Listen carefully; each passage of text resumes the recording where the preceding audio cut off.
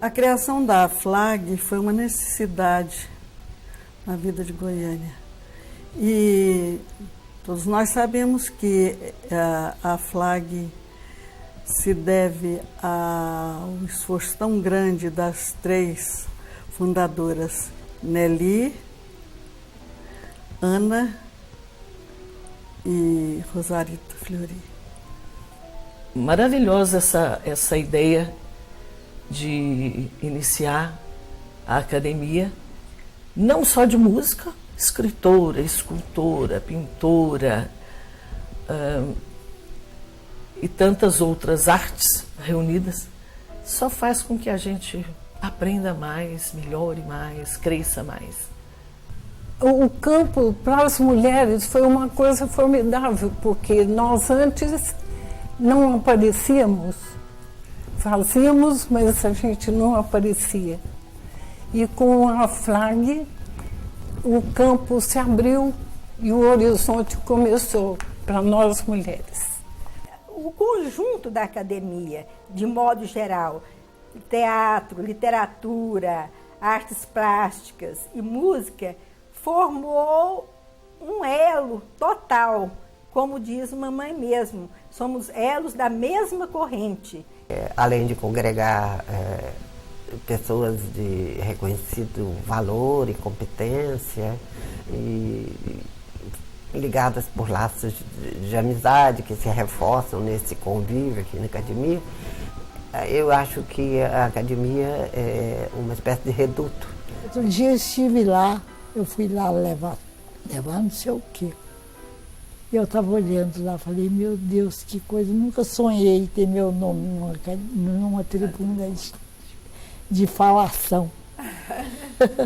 Mas na realidade a gente fala muito, acho que mereço. O importante para entrar na academia é ter arte. Ter arte, seja ela qual for, e amar apaixonadamente essa arte. Me orgulho muito de pertencer à academia e representa para mim assim o máximo da cultura da mulher goiana, né? Falou, eu entrar na academia, parece que é a mesma coisa que eu tocar numa hóstia consagrada, é uma coisa tão sublime.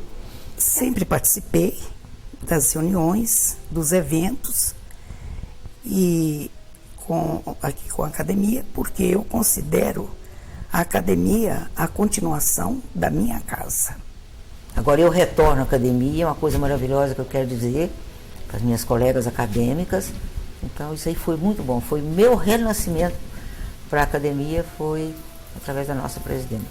Há 3 anos estou à frente da presidência da AFLAG.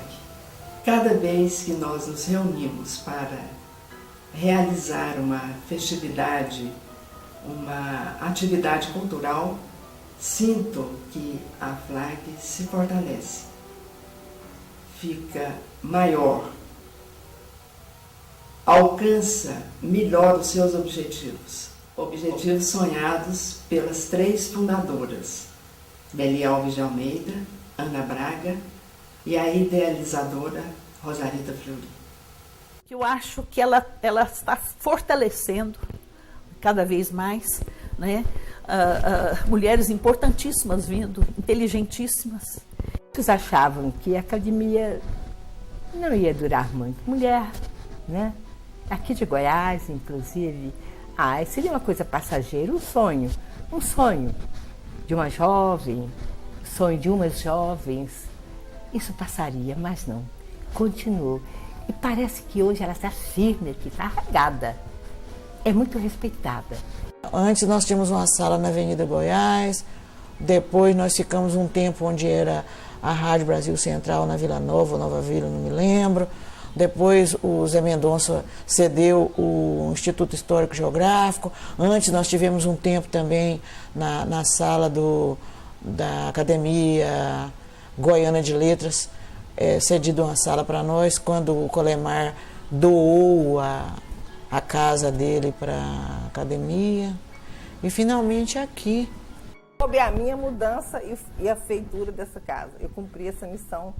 Para mim foi um prazer muito grande pôr essa casa de pé, decorar essa casa E foi assim, eu me sinto realizada com o que eu pude colaborar para a Academia Feminina de Letras e Artes de Goiás. Aqui na academia, esse espírito de fraternidade reine sempre entre todas, para que possamos no futuro ver os nossos descendentes, nós espiritualmente, assistiremos à felicidade que eles vão sentir, sabendo que nós trabalhamos em conjunto pela dignidade moral, espiritual e literária do nosso povo.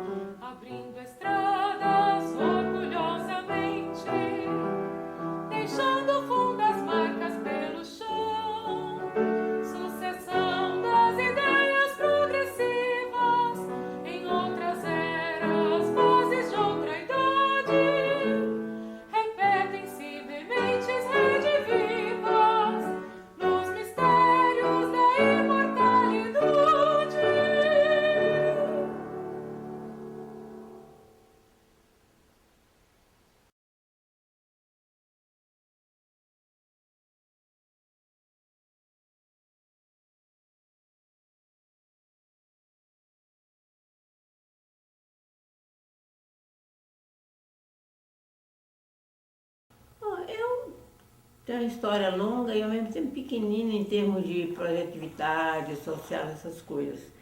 Não obstante, os grandes amigos, pessoas generosas, acham que eu seja uma mulher de valor.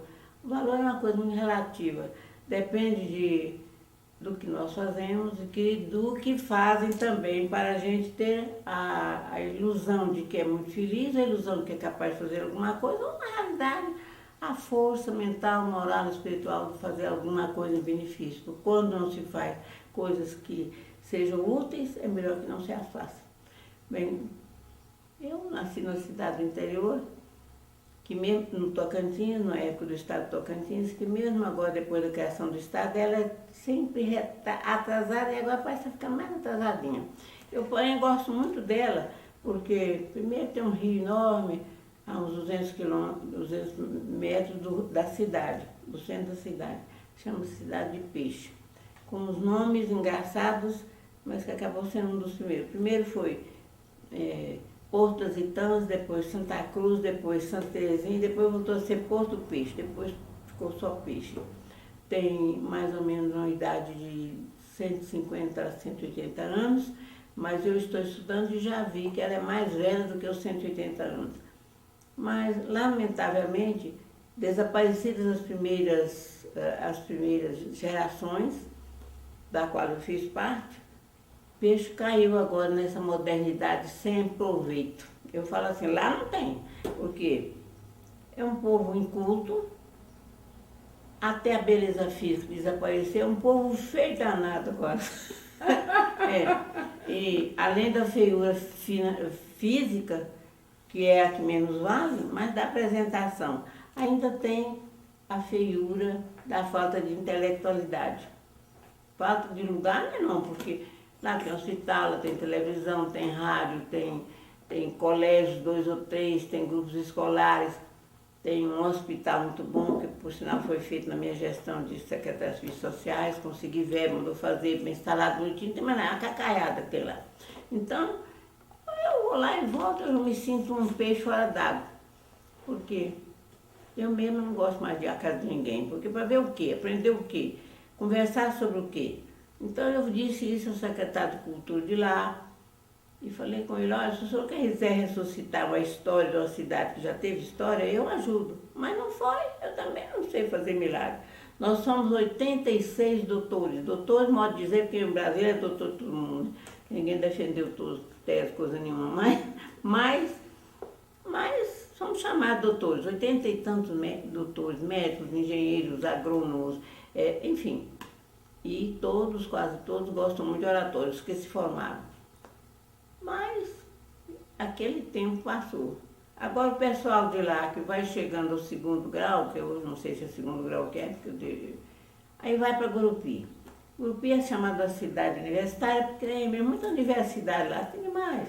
Esses 15 anos já criaram universidade lá de todo jeito. Quem quiser ser diretor, vai lá, só fica sendo doutor e mais alguma coisa.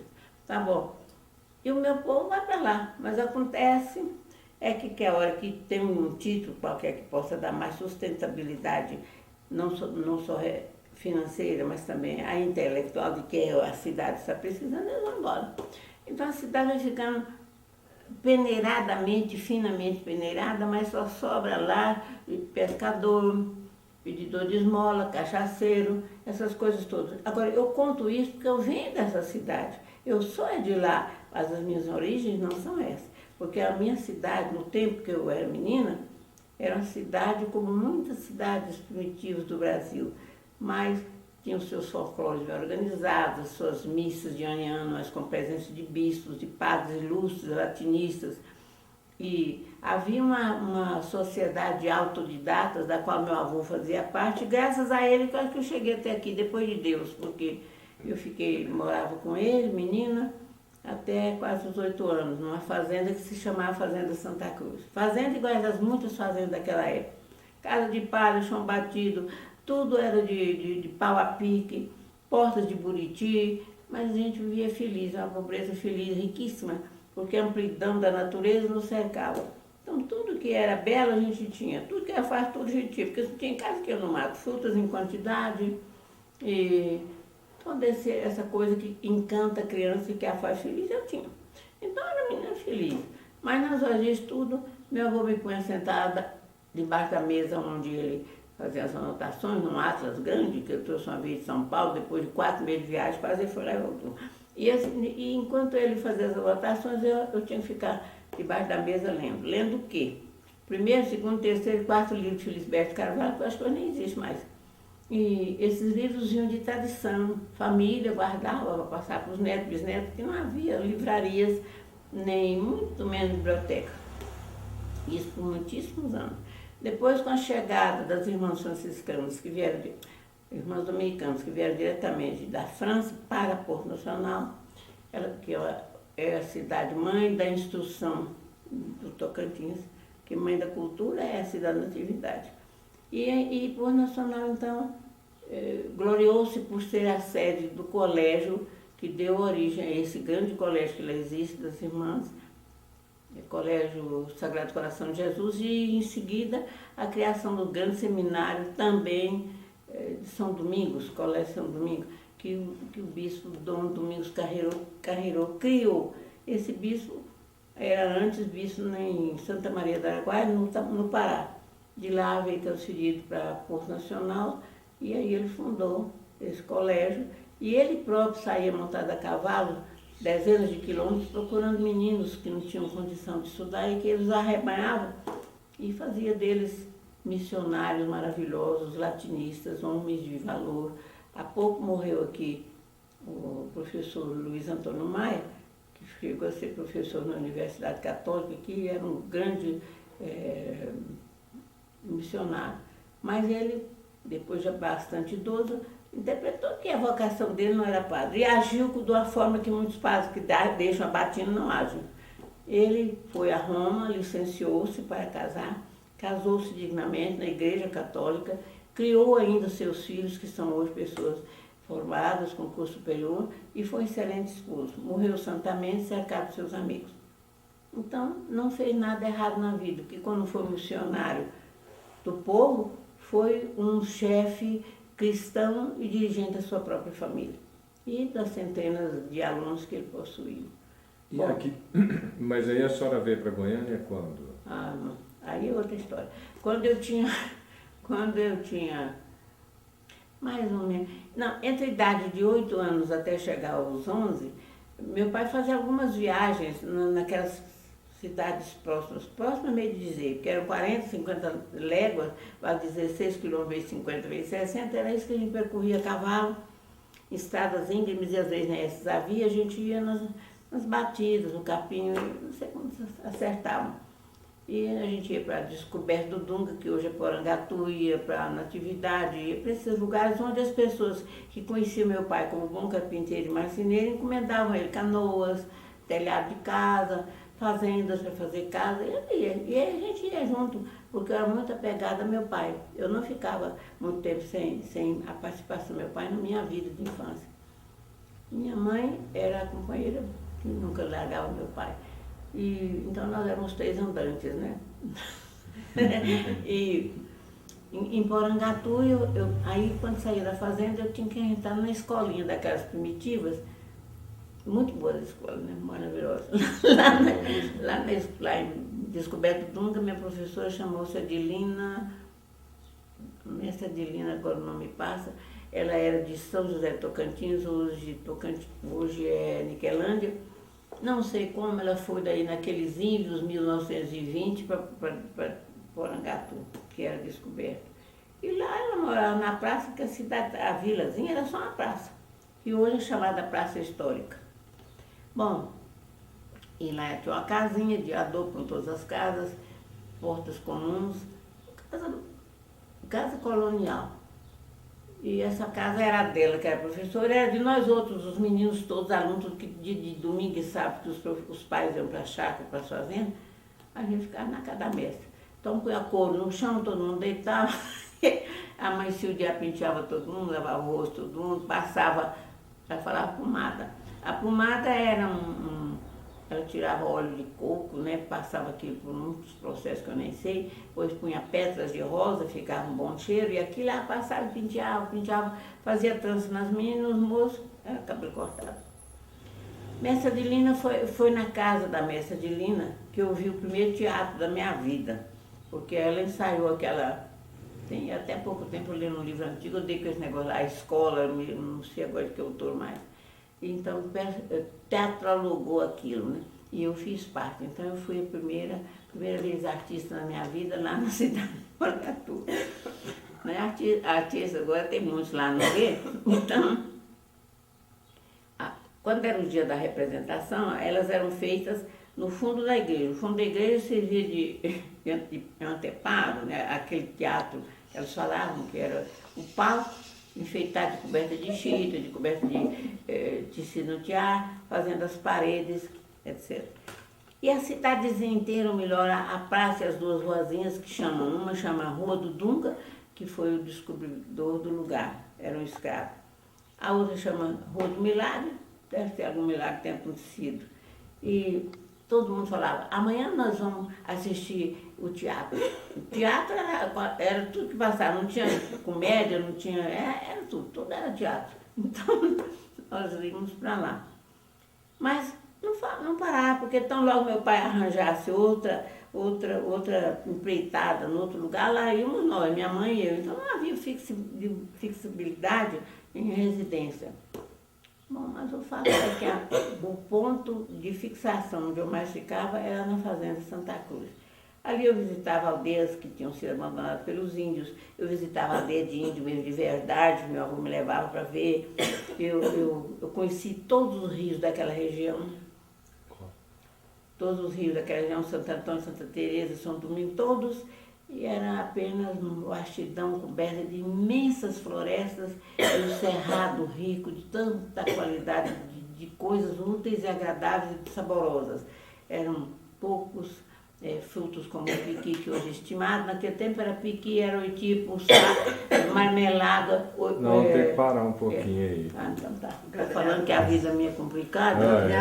Mas, deixando um pouco o Tocantins... aí rever, né? Mas como é que foi essa vinda para cá? Porque lá, como eu disse, não tinha escola. Tinha 2 escolas, você tinha a escola feminina e a escola masculina, porque o sexo não se misturava nem na vida prática, nem era tudo separado. Então,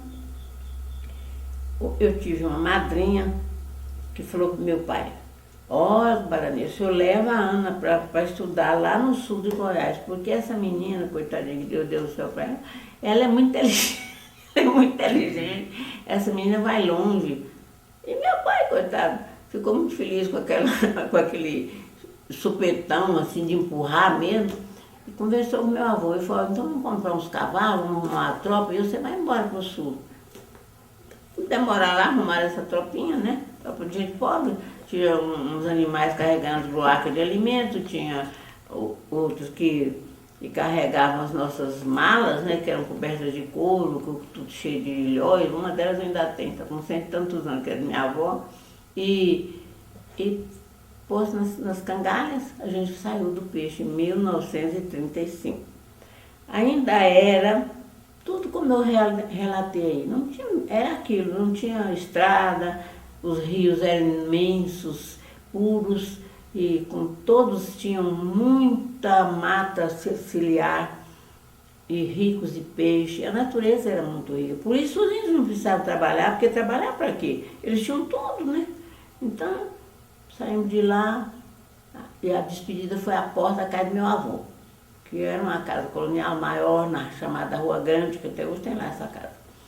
E na hora da saída era tão longe o sul de Goiás, o norte, para as distâncias se fecharem os olhos, para medir na distância da lembrança, ou da memória, ou da imaginação, que as velhinhas falavam assim para minha avó, mãe, adeus, Dochinha, até o dia do juízo final. Tal era o horror que se tinha de vazar aquela distância toda para chegar, né? Porque as cartas chegavam lá de 4 a 5 meses, revista que meu avô pedia vinha de São Paulo, para ele era distância assim. Então daí, porque nós não tínhamos livro, não tínhamos nada. O primeiro livro de literatura minha foi o Jeca Tatu, que eu guardo até hoje, porque por acaso caiu lá essa propaganda da ancilostomina, e meu avô me deu para ler, eu acho a beleza, de ter tudo aquilo, os bichinhos de sapato, tudo bonitinho demais. Bom, aí vim embora com o papai e minha mãe. Mas eu já tinha aí o meu burrinho, que chamava Carrapicho, que era um burrinho pequeno, mas bem ensinado e mansinho. Minha mãe tinha outro burro chamado Catulé. E meu pai tinha um cavalo, que eu não sei mais o nome, e o violão dele, que ele não desapregava desse violão, o papai tocava muito bem violão, de ouvido, claro. Aí ele trazia isso assim no cabeçote da cela. Quando não, meu irmão não aguentava andar muito na garupa, porque ele era pequenininho e doente, tinha muita amarelão, febre amarelão, que hoje nós chamamos, sei lá, febre amarelão que chamava por lá. Febre, frio, vivia batendo um papo de tristeza. Era um outro que tinha tatu. Mas quando nós chegávamos em algum pouso, o pouso era lugar de dormir só, porque nem as fazendas eu as tenho na ideia até hoje. Eram 5 fazendas que nós vimos, fazenda mesmo, casa de palho de telha, de peixe até chegarmos a Jaraguá. Então por isso ver o mundo de chão inóspito que a gente teve que varar. As estradas não existiam, eram trilhas das chamadas estradas reais, aquelas por onde os correios passavam, levando as malas às costas ou tocando o burrinho, ele a pé, para levar a carta de 2, 3, 4 meses. Mas chegamos passando por Porangatu, que era descoberto ainda, depois Santana do Machambão, porque hoje é Uruaçu, depois só vimos enxergar Jaraguá, porque não tinha. Entre Jaraguá e Uruaçu de hoje, não havia uma fazenda, não havia nada. Tínhamos que atravessar a Mata São Patrício, que me lembro bem que foram 4 dias de marcha forçada. Aí o vovô falou, tem que andar ligeiro, porque aqui dentro dessa mata é muito perigoso. E ele veio, coitado, já bem idoso, para nos acompanhar, servir de guia, e porque não queria ficar sem mim. Então veio com a gente. Os animais, durante essa travessia, à noite eles eram amarrados em árvores grossas, mas o cabresto era muito folgado, bem frouxo, para eles poderem andar ao redor da árvore, e tinham amarrados à cabeça os embornais, que tinham dentro milho, rapadura e às vezes um pouco de farinha. E eles passavam a noite comendo aquilo. Por que não soltavam? Porque tinha muita onça, tinha muita coisa, né, que podia acabar, ou eles sumirem daquela mata e nós não podíamos mais sair, né? Então assim foi a travessia da Mata São Patrício. Quando chegamos na beira do Rio das Almas, não tinha canoa, nem havia como passar. Nesse tempo o rio das Almeias, Córgozinho, que está ali agora, não, sujo, cheio de... Era um rio não muito largo, porém ainda fazia vista, né? Cheio de mato de um lado e do outro, e cheio de jacaré, porque a gente via a cabeça dos jacarés aqui e acolá boiando, né? Então meu pai pôs um punhal atravessado na boca e nadou o rio. Para ir buscar uma canoinha que diz que havia, não sei quem tinha contado para ele, que essa canoinha ficava para baixo da margem esquerda, da margem direita do rio, que ele vai no rumo do rio, mas tinha que descer ainda uma légua, duas, para encontrar a casinha onde morava que tinha essa canoa. Aí meu pai atravessou e foi a pé até aquela casa, achou a casa, né? E o homem subiu com a canoa, varejando, eu me lembro bem disso. Não sei quanto tempo demorou para chegar. Enquanto isso, nós matávamos muriçoca, aquelas coisas que tem beira de rio, e comia carne assada, e as poucas coisas que podia ainda ter, porque ia acabando no correr da viagem. Aí viemos, passou aquilo tudo, passava tão vagarosamente, canoa pequena, e os animais a nado soprando na água, eu achava muito bonito, né? E meu pai ajudando, porque ficaram os nadadores, que eram os nossos acompanhantes, eram dois, Aleixo e... esqueci agora o nome. Vinham de lado. Meu avô, que já era idoso, esse não saía de perto da gente. E tinha um irmão mais velho de minha mãe, chamado-se Nicolau, que era meu padrinho. Esse chorava só de pensar que teria que voltar e deixar minha mãe. Então, a gente já passou o rio e aí montamos a cavalo de novo. E vai passar tempo para chegar em Jaraguá. Depois de Jaraguá, Corumbá, a gente não tinha direção, assim, ia por onde os trieiros indicavam, né? Então, nós íamos por lá do morro, como chama? Pienópolis. Nós íamos para aquele lado, quer dizer, a volta é enorme. Lá, Pienópolis, depois voltávamos de Anápolis. E eu me lembro de uma coisa triste, mas que marcou muito a personalidade do meu pai e de minha mãe. E que eu gravei, até tem isso escrito. Quando nós subimos um daqueles... Era já subindo rumo ao Planalto, né? Minha mãe olhou para trás e aquele monte de serranias, né? Que de longe ficam azuis. Minha mãe começou a chorar e falou, Anísio, nunca mais vou ver minha mãe. Porque ela achava que nunca mais ia poder voltar, né? Aí meu pai falou, que é isso, Rochinha? Um dia nós vamos voltar com nossos filhos formados e vamos voltar de caminhão. Porque ouvíamos falar em caminhão, ninguém conhecia, né? Viemos, chegamos a Nápoles, aí eu me encantei, que é cidade grande, né? Naquele tempo, casa, igreja, tinha uma casa de pássaros que eu fui visitar, só tinha passarinho, dizem que tem até hoje, tudo em vidro. E de lá a gente foi para Trindade. 6 dias de viagem de Anápolis a Trindade. Chegamos em Trindade e eu me senti feliz, porque lá moravam os 2 parentes do meu pai, que há anos haviam mudado, um irmão e uma irmã. E me encontrei com a figura maravilhosa do padre Pelágio, que era novinho e havia chegado lá de pouco. E ele se afeiçoou a mim, e me ensinou a rezar, levou para o catecismo, e chegou o dia de eu entrar na escola, no Grupo Escolar João Pessoa. Fomos no Grupo Escolar João Pessoa. E aí a mestra Sinhá, que teria agora 150 anos se tivesse vida, ela perguntou à minha mãe assim, para que ano que a menina vai? Minha mãe falou assim, não sei, não senhora, porque nossa cidade não tem negócio de ano, não. Aí ela nomeou a professora Nila Chaves Roriz, que é irmã da primeira mulher que voltou em Goiás, professora Santinha, e uma irmã, doutor Hélio Seixas de Brito, que era professora nessa época, era bastante idosa, tocava piano, e era o único piano que tinha na cidade. E eu fui fazer uma espécie de vestibular para saber que ano que eu podia ir, né? E eu fui classificada para o 4º ano primário. Então eu louvo o meu avô com as didáticas antigas dele, porque eu sabia de fato a aritmética quase toda de Trajano, sabia ler muito bem, eu interpretava por livro, o dicionário já me seguia, eu tinha quase tudo, mas lia aqui do que ler mesmo, né? Então ele tomava os sinônimos todos. Só um minutinho, senhora. Se vocês quiserem, pode mandar parar, eu posso. Eu cheguei na Trindade, eu entrei para o escolar. No fim do ano eu tirei o 1º lugar e fui oradora da turma. A primeira vez que eu fui oradora da turma.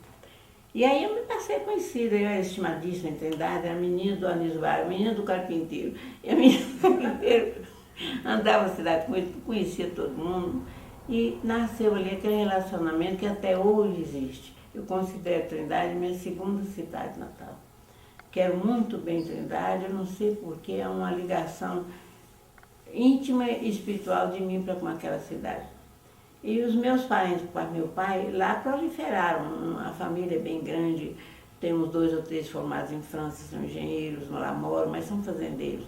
Ainda tem uma prima mais velha do que eu, que tem o nome da minha avó, que era índia mesmo, filha de índios, e que foi arrebatada quando os exploradores tomaram a antiga São José do Douro, mataram toda a aldeia dela, e muitas crianças que ficaram, eles apanharam e levaram para Canelas, que era uma vila de natividade, que então florescia naqueles idos, né? Era uma cidade riquíssima, e lá ela foi criada. E meu avô, que veio de Pernambuco, conheceu, casou-se com ela, e moraram juntos e casados pouco tempo, que ela uns falam que ela se envenenou, porque ela era muito gente boa, assim, igual meus, né?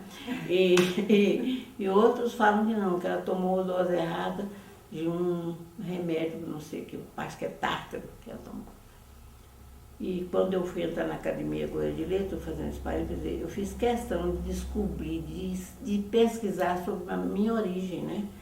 E eu viajei 2 meses para aquele sertão de Natividade, de São José dos Douro, e ainda encontrei uma velha que conheceu meus avós. Era muito idosa, mas uma memória prodigiosa. Cachimbão, um ranchinho de palha, na beira do rio Manelaus. E ela me mostrou uma tampa de pote, de barro, que foi meu avô quem deu para ela, feito de cedro e feito por ele, que ele também era carpinteiro. Tirei um retrato dela e tem um porte grande. Bom, mas agora só porque eu estou em Trindade. De Trindade eu vim para Goiânia, porque eu fui muito bem classificada, né? E aí ficava falando meu pai, tem que levar essa menina para Campinas, Campininha das Flores. Falava-se na mudança de Goiânia, né? Então, a gente veio e pela primeira vez entrei no automóvel do Bembem, que era o único que tinha lá em Trindade. O Bembem é cunhado, assim, de muita gente ilustre aqui de Goiânia, agora não lembro o nome. E eu fiquei encantado, né?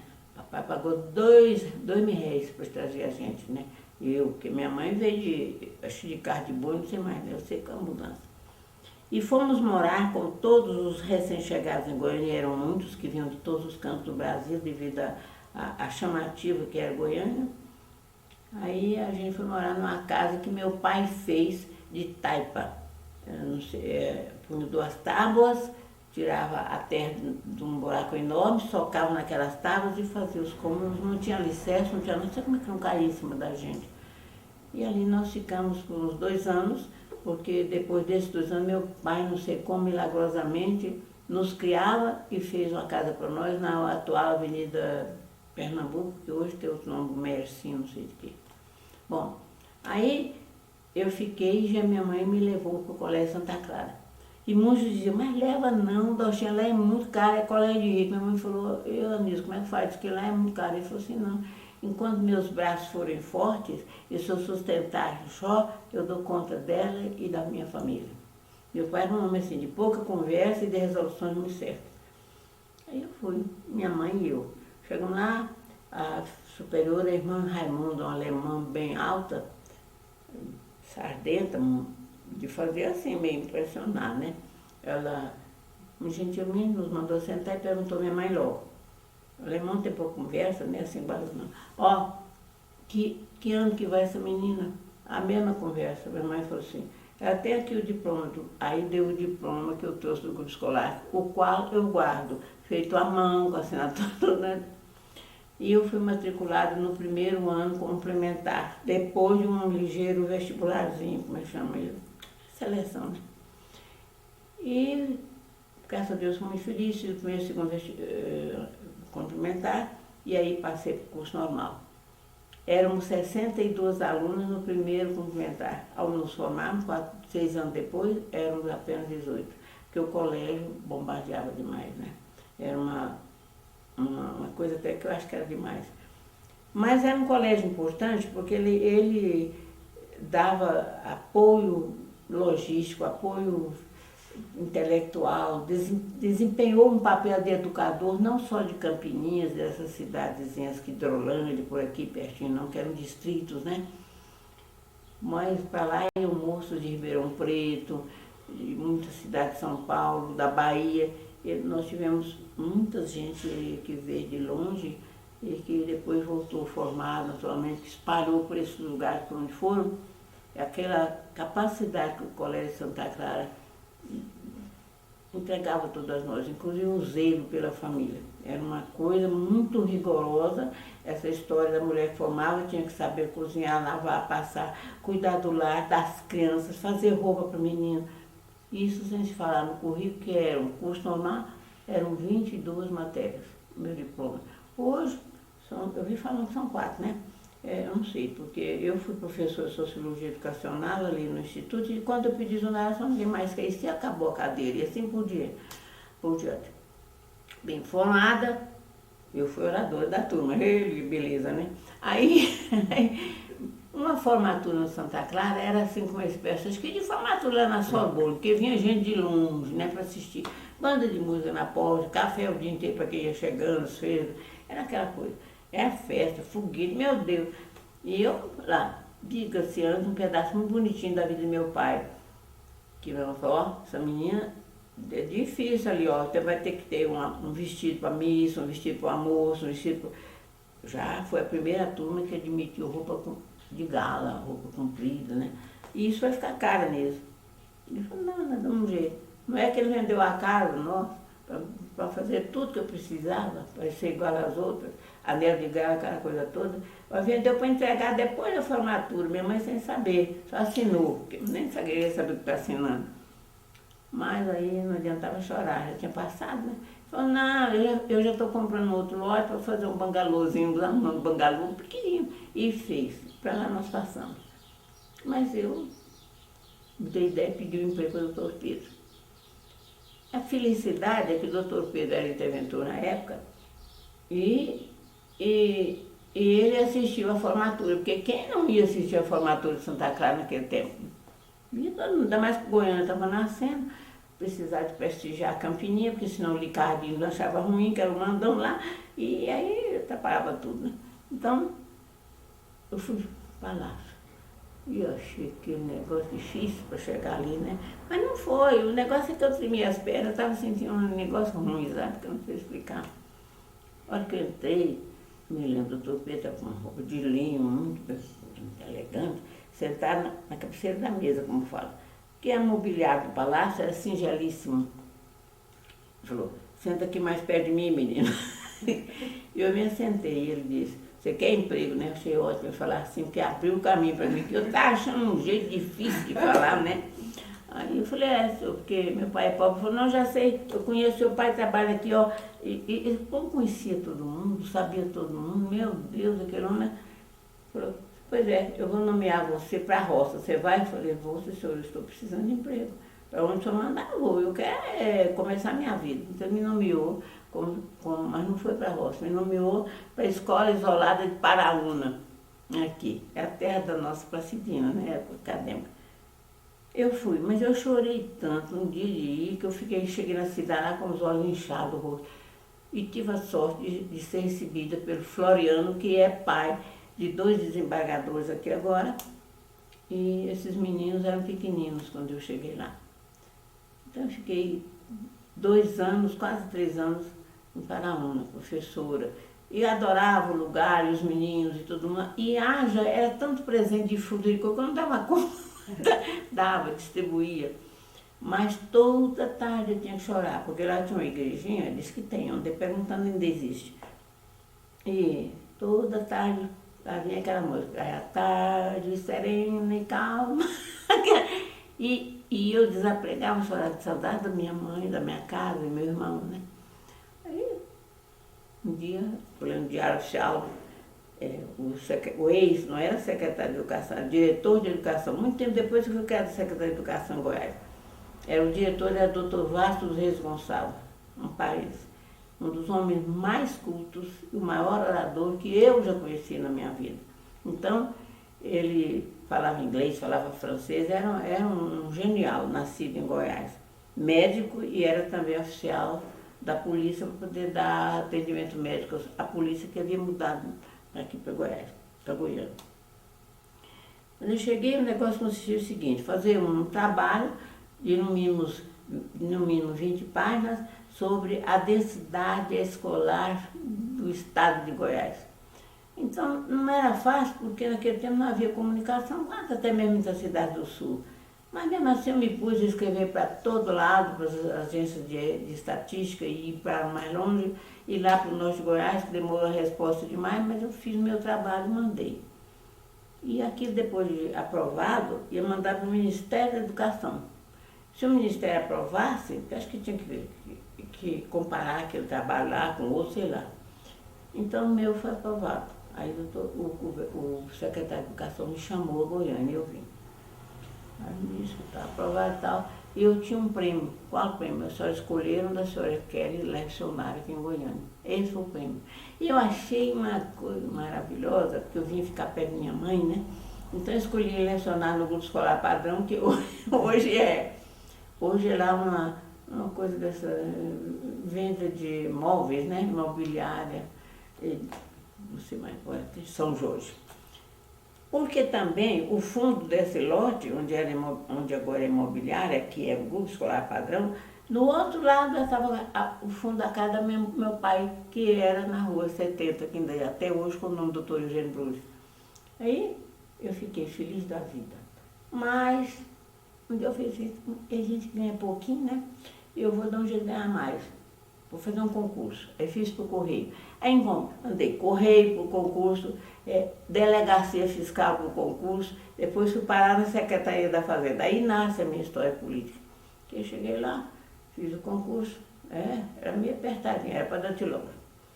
E fui encarregada juntamente com a ex-colega nossa, falecida de saudosa memória, aquela de Goiás, aí eu falo a memória, a Luizinha Camargo, que tinha um português muito bom, e o professor Bernardes, pai do Nion e do Nion Bernardes, avô da nossa colega aqui que entrou, e eu fazia essas correspondências juntamente com a Luizinha, de toda a Secretaria da Fazenda.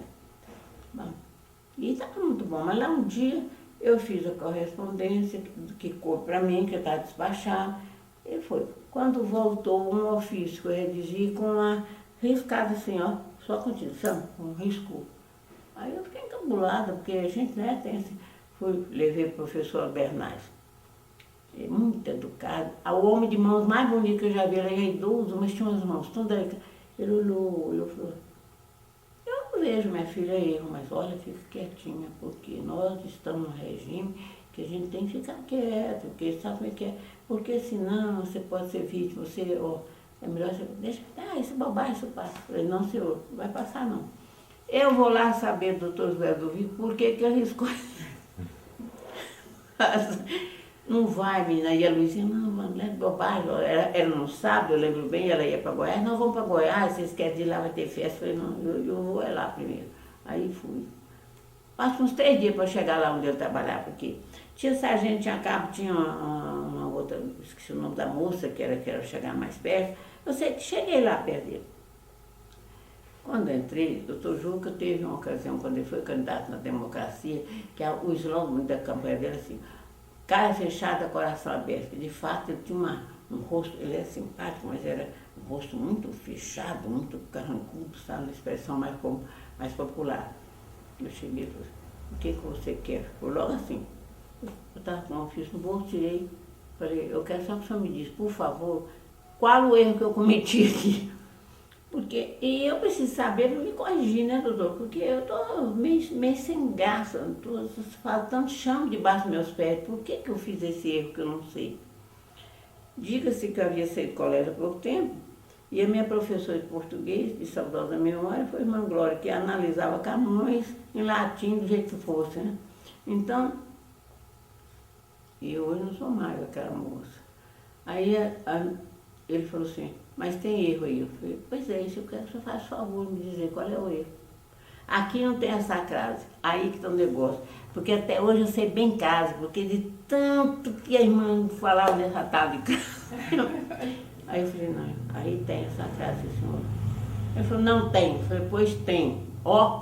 Nossa, hoje eu penso que eu era doido, não era bem certo da cabeça. Porque não tem e você está dispensada. Eu falei, não, sem saber, sem dizer ao senhor que o senhor pode entender muito português, igual ele entende farmácia, porque o que eu sei, o senhor é farmacêutico. Quer dizer, estava assinada a minha exoneração, né? Fui embora lá, o professor a Bernardo falou assim para mim, eu não falei para você, você pode saber que isso vai dar sua exoneração. Eu falei, olha, enquanto tiver analfabeto no mundo, professor não morre de fome. Toda a vida eu fui muito corajosa na defesa dos meus direitos. Do mesmo jeito que eu sou capaz de pedir perdão até, não digo de joelho, de algum erro que eu faço, mas eu acho um atrevimento contra a formação do indivíduo, moral, espiritualmente, humanamente, essa história de não se explicar a ele por que ele errou, qual é o seu erro, se tem ou não conserto. Porque como eu, menina pobre, não desvalida porque tinha ajuda de Deus e meu pai, eu não tinha amizade em Goiânia então. Então o que havia de ser de mim, eu ia ser uma frustrada pro resto da vida se eu tivesse concordado com uma coisa que por dentro eu ia remoer o resto da vida sabendo que não sabia se eu estava errado ou certo. Levei o ofício à irmã Glória, ela morava em Santa Clara. Eu disse, não, você está certo. Mas não comentou mais, cara, não falava quase, né? Aí, aquilo doeu muito, fui chamada ao Palácio, doutor Pedro. Eu falei, hoje é dia. Cheguei lá, doutor Pedro, como sempre, terno branco. Nunca me gostava de roupa branca naquele tempo, sentado. Menino, senta aqui. Eu sentei, jamais assim à vontade comigo, sabe? Por isso que eu digo, ele foi ditador. Mas alto e bom som, eu diria, em qualquer lugar por onde eu for, como já disse várias vezes, mesmo fazendo oposição ao partido dele, porque eu, quando gritou democracia para o Brasil, eu fui a primeira a me enfileirar. Mas, doutor Pedro era um homem muito humano, sabe? Se é que ele teve alguma coisa, eu não sei. Eu sei que, para mim, para as coisas que eu sei de atos dele em Goiás, eu acho o doutor Pedro o homem mais importante que a política de Goiás pôde produzir até hoje. Aí, eu contei para ele a história. O ofício, que já andava até mais rotado, né? Ele olhou e falou, não, realmente aqui não tem erro. Mas sabe, o Juca é meu primo. Foi o único voto que me salvou da vontade ideal que eu tenho de fazer Goiânia. Essa Goiânia está sendo crescida, minha filha, graças ao voto do Juca, que estava doente lá em Araguari, veio de lá segurando o lugar da operação para dar o voto na Assembleia, que era deputado, e deu a favor da mudança. Eis porque eu sou um escravo, por assim dizer, das coisas que o Juca exige. Eu tinha que entender, né? Pois é, está muito certo isso aí. Agora eu falo para o senhor, o senhor não me exonera por apego de serviço, é o que ele pediria, porque aí tranca a minha vida, nunca mais poderei ser funcionário. Ele falou, não, está certo. Aí chamou o Joaquim Taveira, que é tio da minha ex-aluna e querida colega, que falou, bate um decreto aí, exonerando a Ana Pereira Braga, que era meu nome solteiro, mas a pedido, recomendou. Então eu saí livre, né? E até meio feliz, sabe? Mas quando eu cheguei lá na sala, que eu tive despedido do professor Bernardo, da Luizinha, dos funcionários, eu fiquei meio abalada. Mas engoli seco e desci a Avenida Goiás. Na história eu pensando, e agora, hein? De repente pensei, agora é aqui mesmo, quando tiver menino analfabeto, o professor não morre de fome. Aí veio outra parte que eu acho meu pai uma pessoa linda. Meu pai lá na casa tinha um banco onde eu trabalhava, debaixo da mangueira, e eu cheguei, ele estava nudo assim, todo para cima, suado, coitado. Cheguei e falei, pai, ué, por que você veio tão cedo? Eu falei, porque eu fui exonerado. Assim, contei. E fui mostrar ao professor, ele falou, não quero ver, eu não entendo disso, minha filha. Mas só lhe pergunto uma coisa, você está ou não com a verdade? Assim, seriamente, sabe? Eu falei, eu estou. E se o senhor quiser, nós podemos ir Santa Clara, que a irmã Glória explica para o senhor. Eu falei, não precisa. Então vale para a cozinha ajudar sua mãe a acabar a janta. Porque eu falava assim, porque está na hora, sua mãe está sozinha, vai ajudar, que a panela que criou você ainda não furou. Então, eis aí o pai que eu tive, né? E saía normalmente. No dia seguinte, eu comecei a andar nas casas do bairro Popular, perguntando onde tinha menino que não tinha escola, que não tinha gente. Então, arranjei lá uma porção uns 20, né? Meu pai fez umas carteirinhas, umas coisas, e eu fiz uma salinha de aula de bairro Pedro Manga. E logo aqui criou fama, e eu não tinha mais lugar, porque as carteiras eram poucas. E eu ganhava já então 50 reais por mês, era um dinheiro danado. Aí, um dia eu falei, não, eu vou para Santa Clara, sabe? Esse negócio aqui, isso não vai dar nada. E aí fui lá para Santa Clara. Até então não se sabia história de mulheres que não tivessem o hábito de freira lecionando naquele colégio, muito menos homem. Aí eu fui lá, chamei a irmã Raimunda, ela foi me atender, que era freira superior, muito enérgica, né? Ela ouviu tudo calado, depois falou assim, você foi uma ótima aluna, nos respeitou e as ordens do colégio, mas nós vamos ter que ouvir a casa-mãe na Alemanha, porque não sabemos de história de uma moça que não é freira sendo professora na ordem. Eu vou fazer uma consulta, porque me interessa pelo seu caso. Eu quero ajudá-la, você foi uma aluna que merece a nossa ajuda. E foi só. Daqui um mês você vem aqui. Aí eu fui embora para casa. Daí um mês ela mandou um aviso para mim, eu fui. Você foi aceita. Foi constituir uma coisa inédita na ordem. Mas foi, tá bom, senhora. Aí disse, mas vamos agora conversa aqui nós duas. Você terá que ficar no colégio, só pode ir em casa de 15 em 15 dias. Leva às 6 horas você tem que estar prontinha, como nós outras, para assistir a primeira missa no colégio. Depois tem a missa na igreja. Essa você não se dirige. Você já vai cuidar da sua obrigação de professor. E ainda fazer o serviço de secretaria do colégio. Olha, eu tenho uma letra ruim assim, eu não sei nem por que, destino, porque a escrita do colégio era uma espécie de imprensa, sabe? Aquilo é tudo, as letras tudo meio tamaninho, uma ordem escrita. Ah, quem pensou menos um erro numa coisa? Sim, senhora, aceitei. A roupa são 25 centímetros do chão até a barra. Manga comprida, saia preta, pregueada, blusa branca. Enfim, eu era uma freira ou uma apostolante. Depois de tudo isso, ela disse, você não quer ser freira? Eu falei, não, senhora.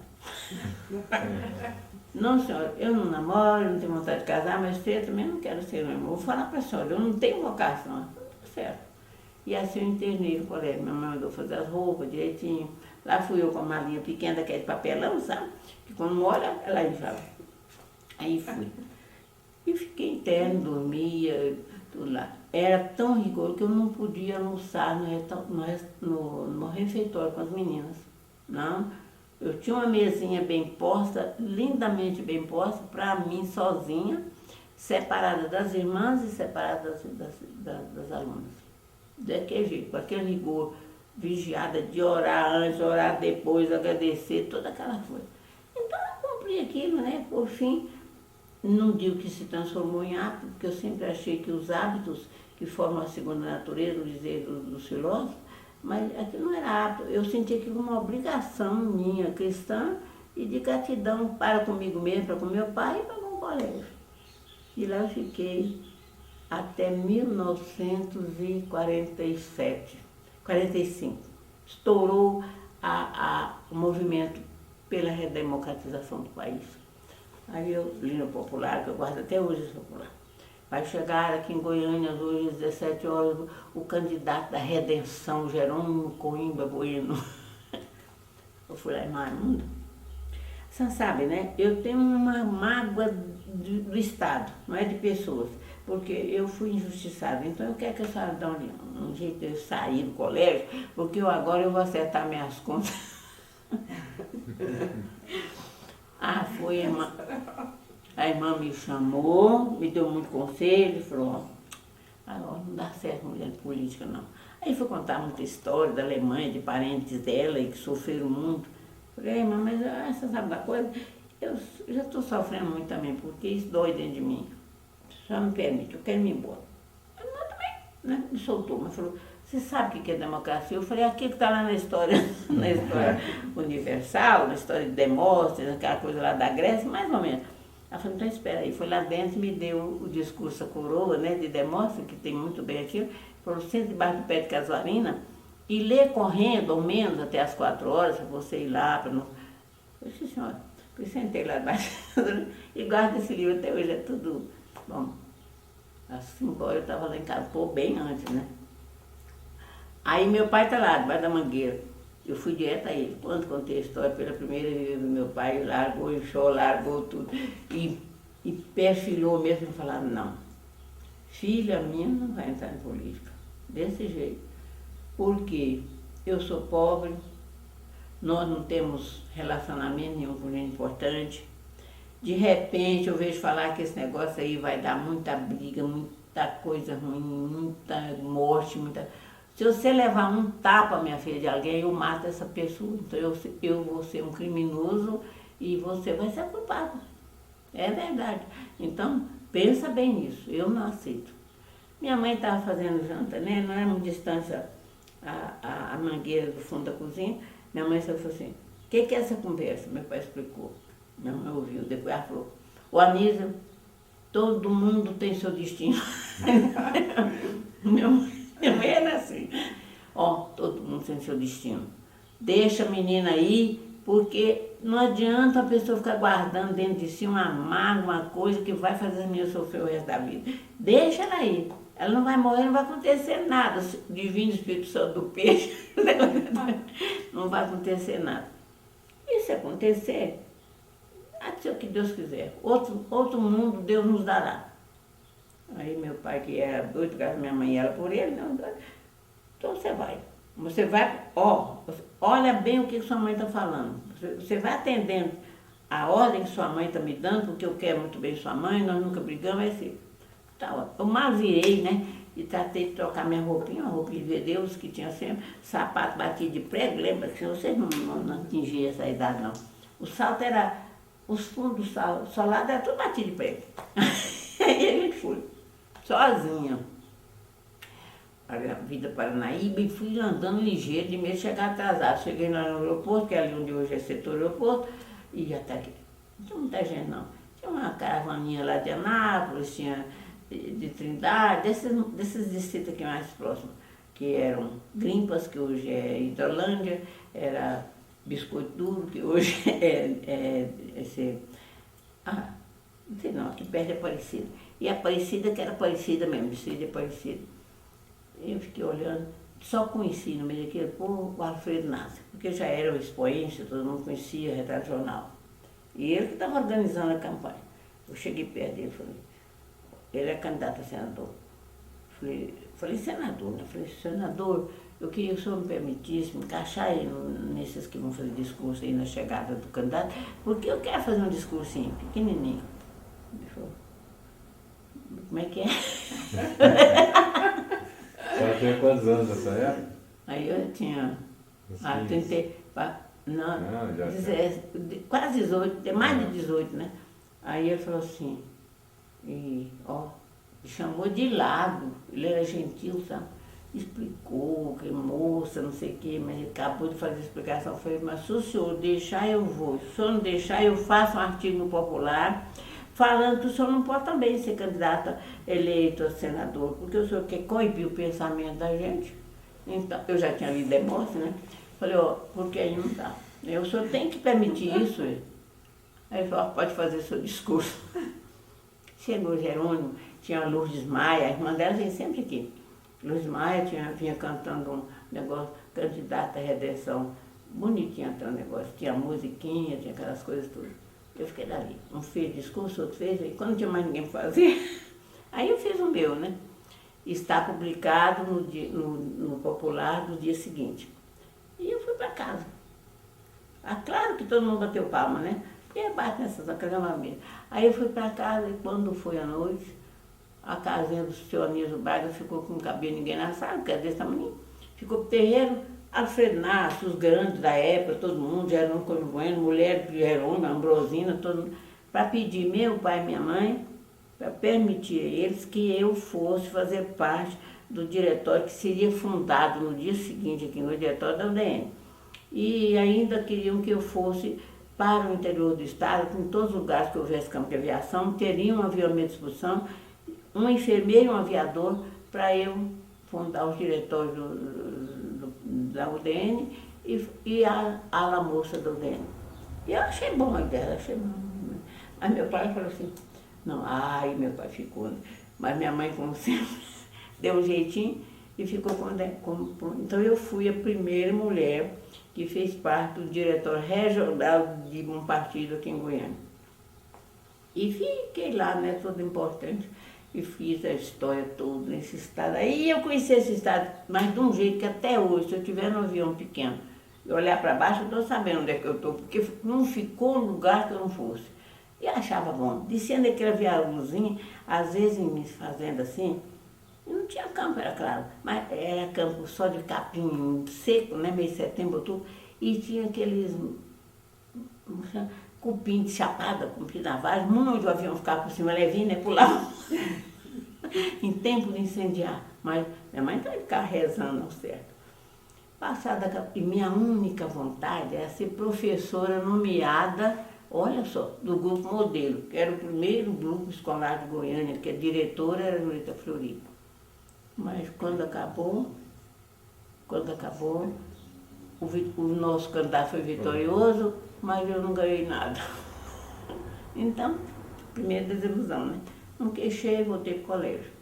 E a irmã aí deu um sermão, né? Eu falei para você e tal, falei, mamãe, aconteceu. Eu quero saber se eu posso continuar. Pode. Você é uma boa aluna. Era sempre que me falava. Voltei para o colégio. Mas falei, ô irmã, eu não quero deixar de frequentar o diretor. As irmãs deixaram. E daí eu fui me candidatei a vereadora.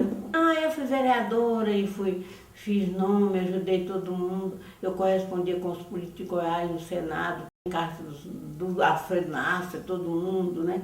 Bom, mas naquele tempo tinha o Partido Comunista. Como eu tinha estudado em Colégio de Freire, era uma oposição ao comunismo naquele tempo, uma coisa ferrenha, que hoje eu não digo mas eu acho que não precisa ser tanto aquilo não, muita coisa assim, parece que premeditadamente perseguia-se o Partido Comunista.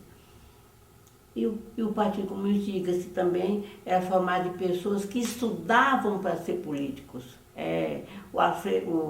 O Alberto Xavier, que era de Morrinhos, era moço, foi vereador junto comigo pelo Partido Comunista. Era um orador extraordinário, um orador que eu falei esses dias a respeito dele com o presidente da Câmara da Academia Goiana, ele me disse, conheci, foi meu sócio como advogado, morreu novo, mas foi pena, viu? Porque era um homem que dominava pela competência, pelo fundamento daquilo que ele falava. Essas pessoas é que fizeram a primeira Câmara de Goiânia, não é essa Câmarinha daí não. Aí tinha lá também a professora Julita Fleury, que era do PSD. Então tinha os do PSD e tinha os da UDN, eram 2 partidos só, e o Partido Comunista, que na hora da posse, tudo era primitivo. A posse foi na Assembleia Legislativa, a primeira Câmara de Goiânia, Virgem Maria, uma beleza, o juiz togado, sabe aquela coisa toda. O Alberto Xavier levanta, na hora que liu com eles eram do UDN, que o Dutra tinha caçado o Partido Comunista do Brasil, mas eles conseguiam ser candidatos a ser uma espécie de escondimento político dentro da sigla da UDN, o que não foi certo, né? Mas o comunismo era inteligente. Fez aquilo e depois, na hora da posse, o Alberto levantou e protestou contra isso, chamou eles de pelego, de não sei de que mais, e disse, olha, nós somos comunistas, somos apenas 3, mas fazemos questão de que isso fique registrado aqui para o que deve é. Passou a mão nas cadeirinhas, que eram portáteis, carregaram essas cadeirinhas lá para um canto e fizeram bancada independente. Isso eu registrei, porque eu tinha sido eleita primeira secretária da primeira legislatura. Bom, passam-se os anos, vem a Revolução, essa Revolução que sacrificou o Brasil durante não sei quanto tempo aí.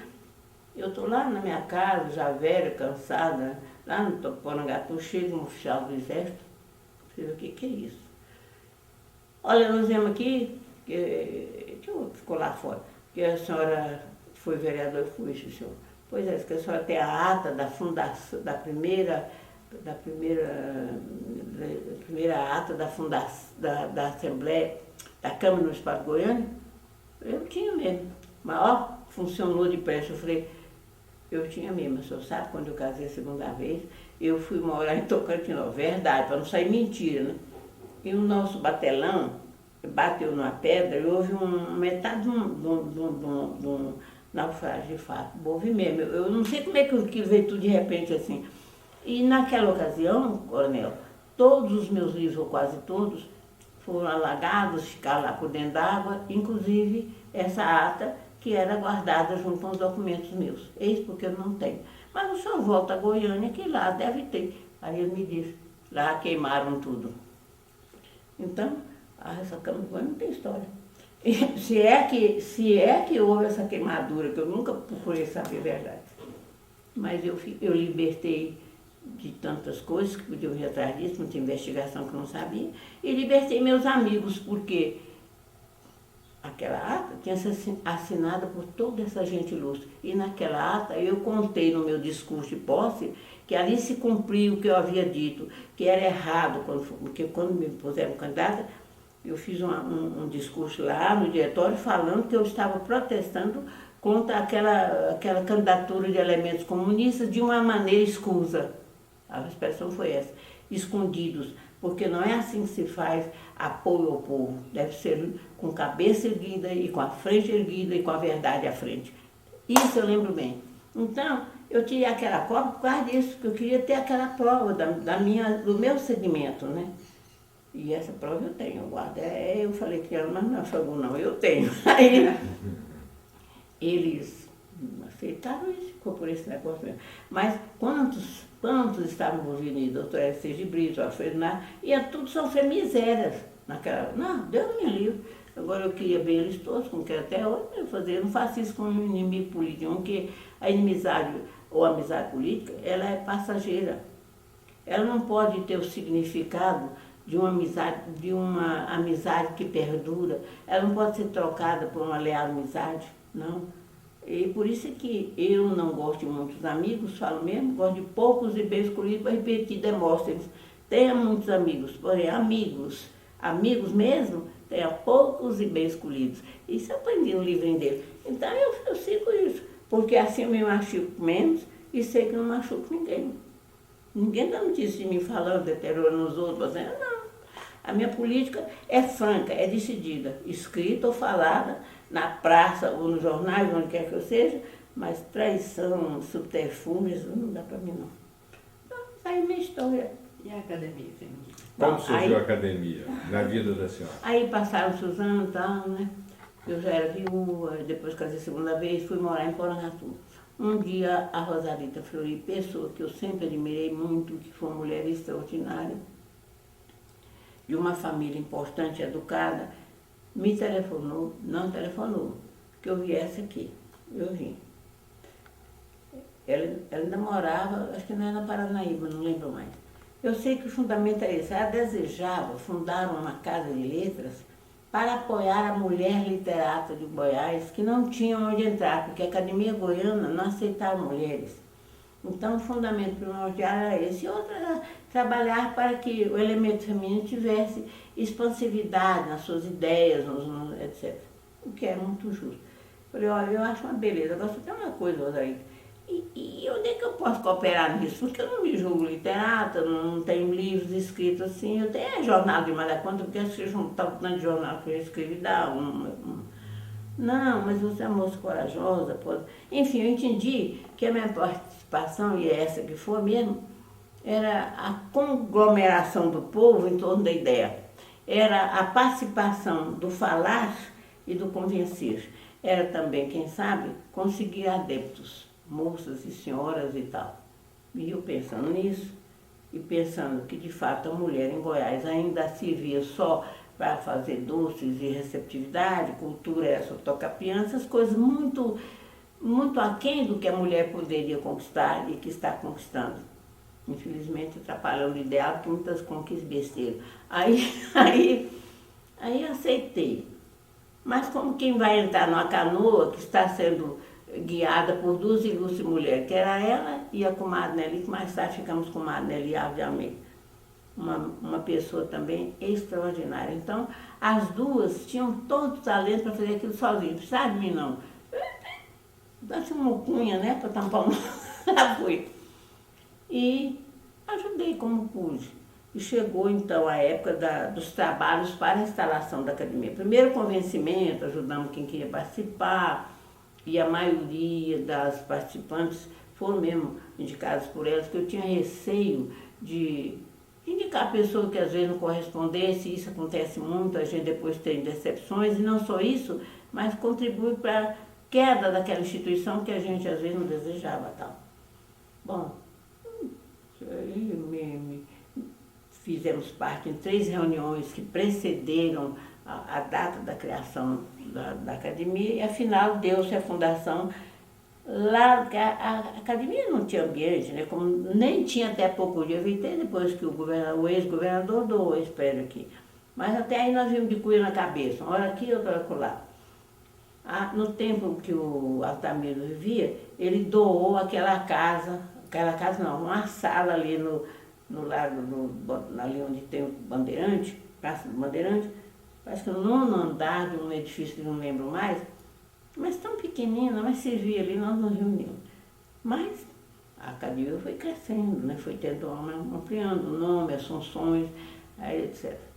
Então era preciso, e viviam. Ora, emprestava casa, funcionava em casa de amigos, funcionava aqui e ali, mas a fundação mesmo se deu na Avenida Tocantins, esquina com a Rua 2, parece aquela rua que passa até do Correio, e ali ainda é um grande sobrado, era uma das maiores casas que tinha aqui naquele tempo, é o solar dos Fleury, digamos assim.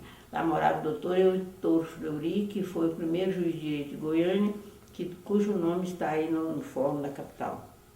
E ele tinha um ideal, queria que a Rosarita fundasse uma casa de letras para as mulheres, porque ele achava isso uma falta, uma necessidade para a sociedade cultural de Goiás. Ele era um idealista, musicista, tocava, acho que ele tocava violino, parece. Esses Fleury são muito dedicados às artes, né? Então, nós nos reunimos lá. As pessoas, pouquíssimas, doutor Jerônimo Queiroz, que já é falecido, o doutor Heitor, a Rosarita, um irmão dela, não me passa agora o nome, que foi até quem fez a cobertura, segurar o microfone, essa coisa que vamos falar, o Bariano e Hortense. Então, mais umas 2 pessoas. Não era muita gente, porque nós nem fizemos assim, digamos, um alarde que ia acontecer aquilo. Mas foi bom que tiramos algumas fotografias que estão enfeitando aqui, ou pelo menos fazendo lembrar, né, a data. Mas não é que a academia se instalou depois no dia 9 de novembro de 1900, e agora que está 40 anos, né? 69. E essa foi a feição mais bonita que a academia teve até hoje.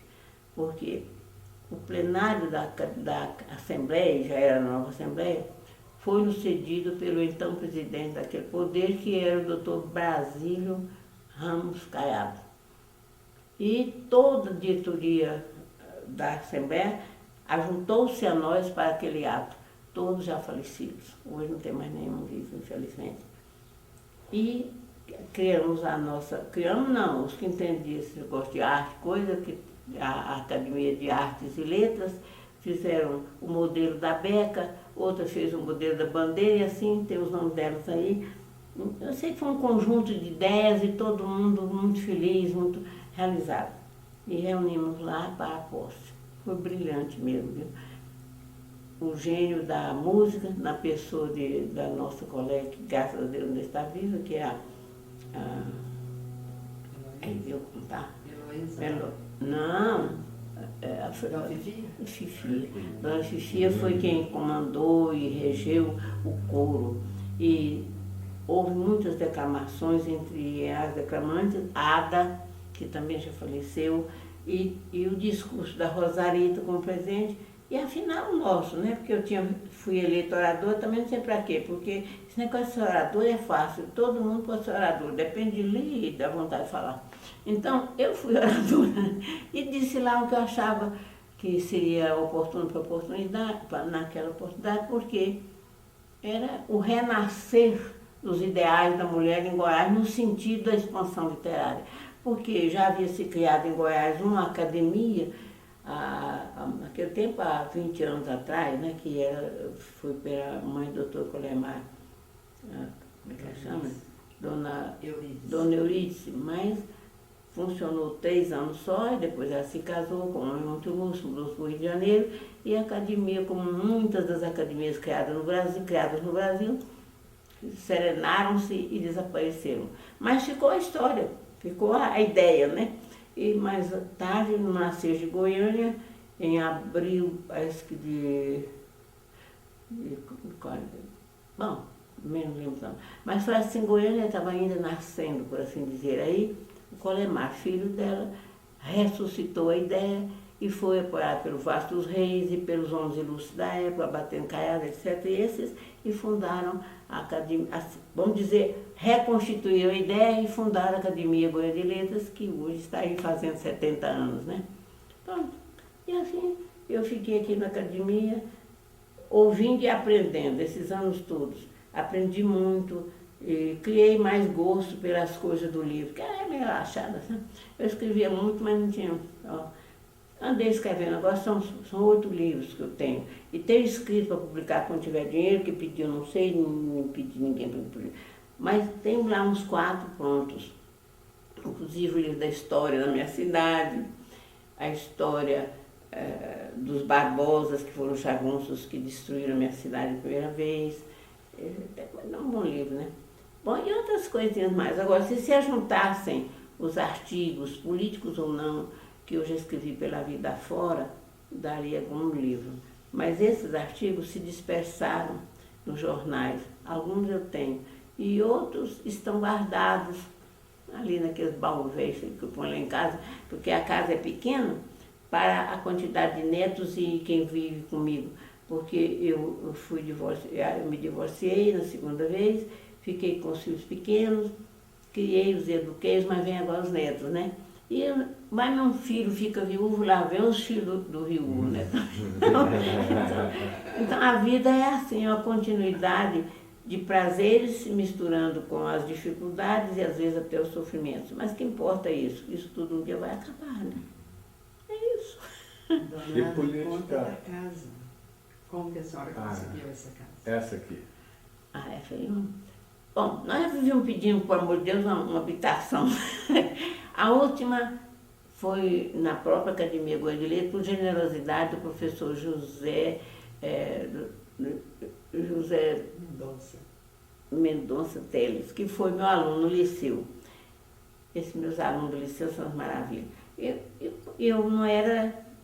Tinha sido eleita presidente há pouco tempo, que a Roselita, infelizmente, tinha morrido. E nós saímos, então, daquele apertume de uma sala que tínhamos lá. A Beth conseguiu um negócio, vendeu e guardamos o dinheiro. E eu fui atrás de um jeito de mudar da academia, porque enquanto o Zé estava lá, estava muito bom. Mas um dia, vou falar a verdade, um dia a Rosa Maria do Rosário, que é uma competentíssima acadêmica, hoje minha colega, minha amiga, que andou pelo norte, eu fui reitora da Universidade de Tocantins, mas ela, eu não sei se é porque eu sou pai de índio é muito sensível e bruto, né? Então, e vingativo às vezes, infelizmente. Então, nós ali apertadinhos em 2 salas, mas estávamos acomodados na academia, era um casamento, conforme o Zé falava, casamento da Academia Feminina com a Academia Goiana.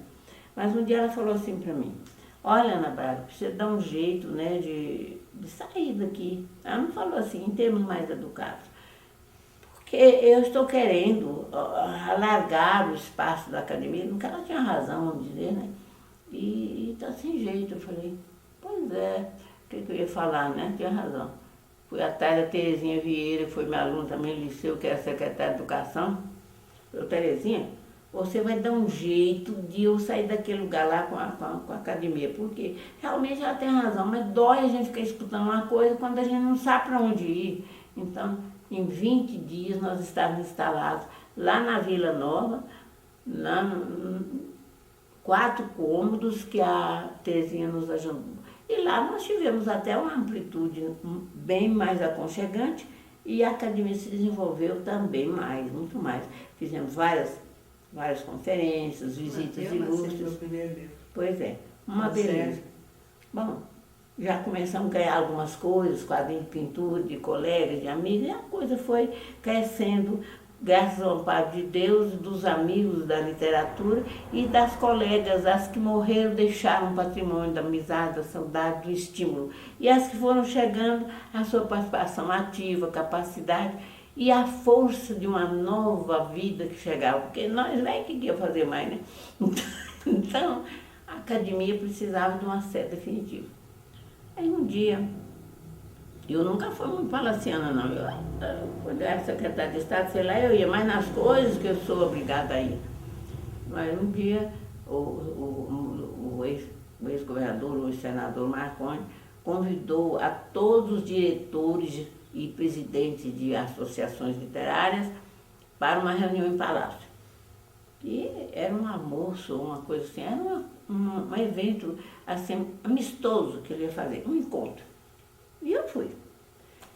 E tá, conversa vai, conversa vem, tudo muito bom demais, tá? Aí eu falei com ele, senhor governador, nós na Academia Feminina estamos já bem idosas dentro da instituição, mas não temos onde ficar. Então, o senhor, que é um homem assim dado a entender as deficiências dos que lutam para conseguir alguma coisa de perdurar a literatura no lugar acertado, eu queria pedir ao senhor umas verbas, umas coisas para nos ajudarem.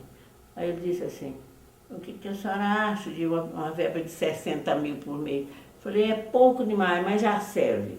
Aí ele falou, eu dou para a senhora na Academia Feminina, e estendo esse benefício a todas as demais instituições. Quer dizer, foi assim que eles ganharam, foi para o nosso intermédio. Eles também nem ganhou com nenhuma. Aí foi ele quem disse isso.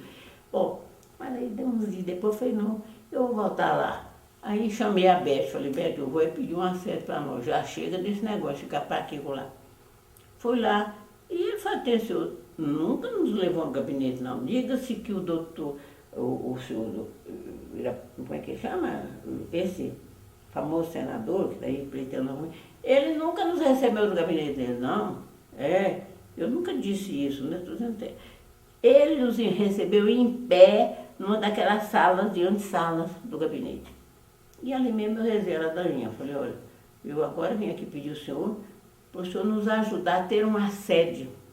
O seu nome vai ficar marcado perenemente, ad perpétuo, como um homem que deu uma sede para a Academia Feminina de Letras de Goiás. A única, a segunda que é criada no Brasil e que tem hoje uma importância nacionalmente conhecida. Ele falou, senhora, pode procurar casa. Desse jeito também foi rápido. E aí eu e a Beth andar por essa Goiânia, ele procurar casa, procura uma aqui, chama a turma, essa dá boa. Quando a coisa estava arrumada, não, essa não serve. Aí, olha, aí morre, infelizmente, a Maria Hermana. Aí eu queria muito bem a Maria, uma mulher inteligente, culta, merecia ter uma casa com o nome de Amália Hermana, era o que eu pensei. A casa lá na Avenida 24, que eu conhecia tão bem, porque era minha amiga. Aí eu falei, vamos fazer a sede ali, vamos embora. Aí já era antes isso foi antes do Marconi. Aí eu fui atrás do Iris, que foi meu aluno, falei, olha, estão precisando de uma sede, essa história aí assim.